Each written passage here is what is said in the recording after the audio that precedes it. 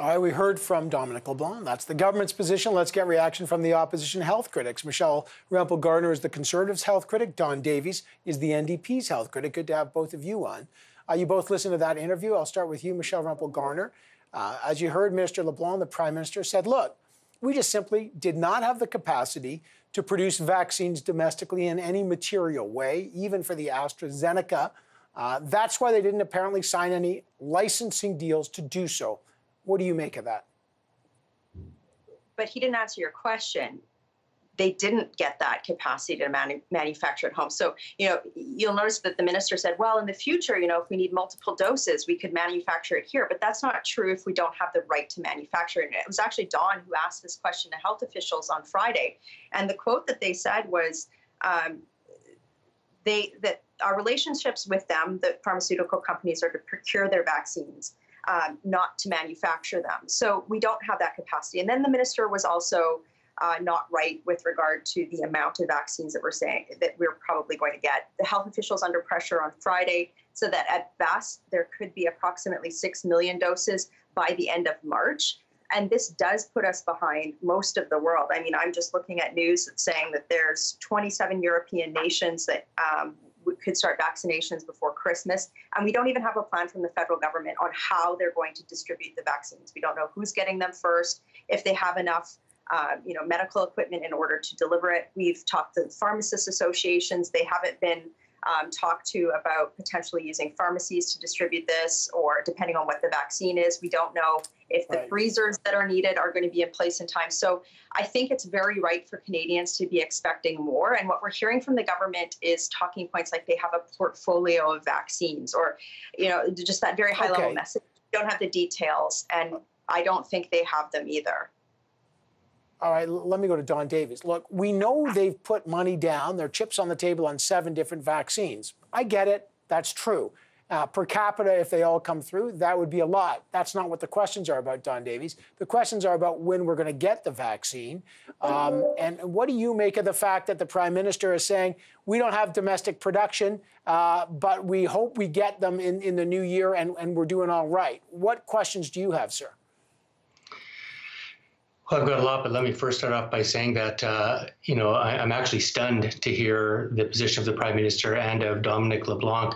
I mean, I think the words that come to mind when I look at the way the Liberals have handled vaccine development and negotiation, it's incompetence, it's confusion, and it's deception. I mean, August 31, the Prime Minister, the PMO, issued a press release that said that they were going to be providing money so that we would be in a position to be producing 250,000 doses of vaccine this November and up to 2 million doses per month by the end of this year. That's what the Prime Minister said would be the case. Here we are in November, and now he says, complete turnabout, 180-degree about face, that we don't have the capacity to produce vaccines.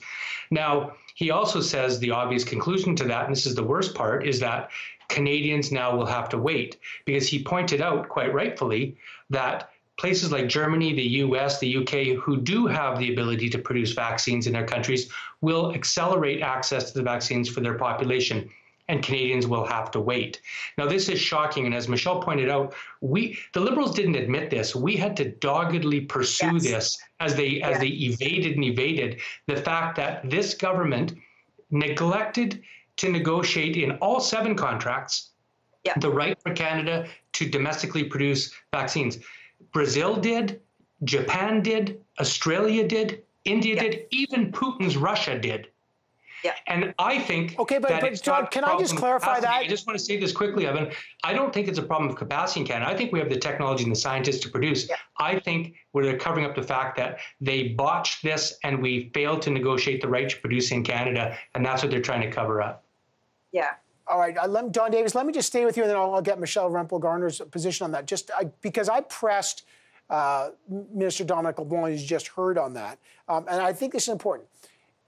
even experts say that even Canada may not have had the capacity to produce the kind of vaccines that Pfizer and Moderna are trying to bring online, but they certainly, apparently, according to some experts, would have had the capacity here, even at, as you say, when the government of Canada announced the $44 million of funding at that NRC facility to upgrade the Human Health and Therapeutics Research Center there in August, and they put out a press release, as you said, that they would be able to produce 250,000 doses per month by November 2020. That would only work for the AstraZeneca. Do you think that that licensing deals should have been made on all these drugs, even if we didn't have the capacity, or just ones like AstraZeneca? Well, of course they should. And Brazil negotiated with AstraZeneca to domestically produce that vaccine in Brazil. Why didn't Canada? And by the way, that NRC lab in Montreal, I'm told, did produce a vaccine that uses similar technology to AstraZeneca last year. Now, it was for a rabies vaccine.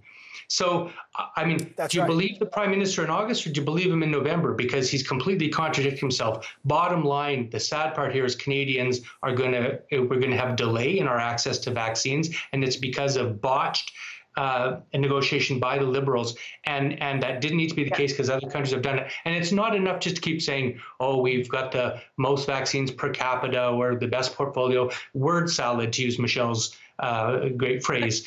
You know, they're just talking about its talking points and spin and covering up a shocking display of incompetence. Yeah. Okay, Michelle Rempel, just last word to you then. Again, Dominic LeBlanc, the Prime Minister, saying, look, Dominic LeBlanc literally just said to me, if Health Canada approves this, Canadians will start getting, at the earliest, vaccine doses based on these contracts, which we haven't seen, granted, by January. What do you say to that? That's not going to happen because there's no publicly available detail or evidence that that is going to happen. That's just the reality that I think many Canadians are going to have to accept, unfortunately, under this government. What Canadians who are watching this need to know is what the Liberals have failed to do, what Don was talking about, the fact that we don't have the right to produce those vaccines in Canada. It means that, like, if we need 2 doses or more doses, or it doesn't give complete immunity, or there's a better candidate or something down the road, that we don't even have the right to produce it at home. So it's like, what Canadians need to understand is that what the Liberal government has done is just put us at the back of the queue, because any other country that has the right to produce this or the capacity to produce this is going to produce for their population first. So if they were talking about bolstering manufacturing supply, they needed to have the right to manufacture here. And as Don said, finally dug this out of them that they didn't do that. They should be producing evidence to the contrary, but I don't think that that exists. Evan, can I just say this is a big story, obviously. Another important point is we put out at Health Committee. At Health Committee this week, I just want to say that they confirmed maximum doses to Canada by March 31st will be 6 million. 6 million. So at 2 doses, that's less than 8% of the population maybe will be able to be vaccinated by the end of March. Maybe in March. And we'll have to see what these other countries are going to do, guys. Let me just leave it there. This is not a conversation that we're going to end. We'll continue to talk about this. Michelle Rempel, Garner, and Don Davies, great to have you on the program.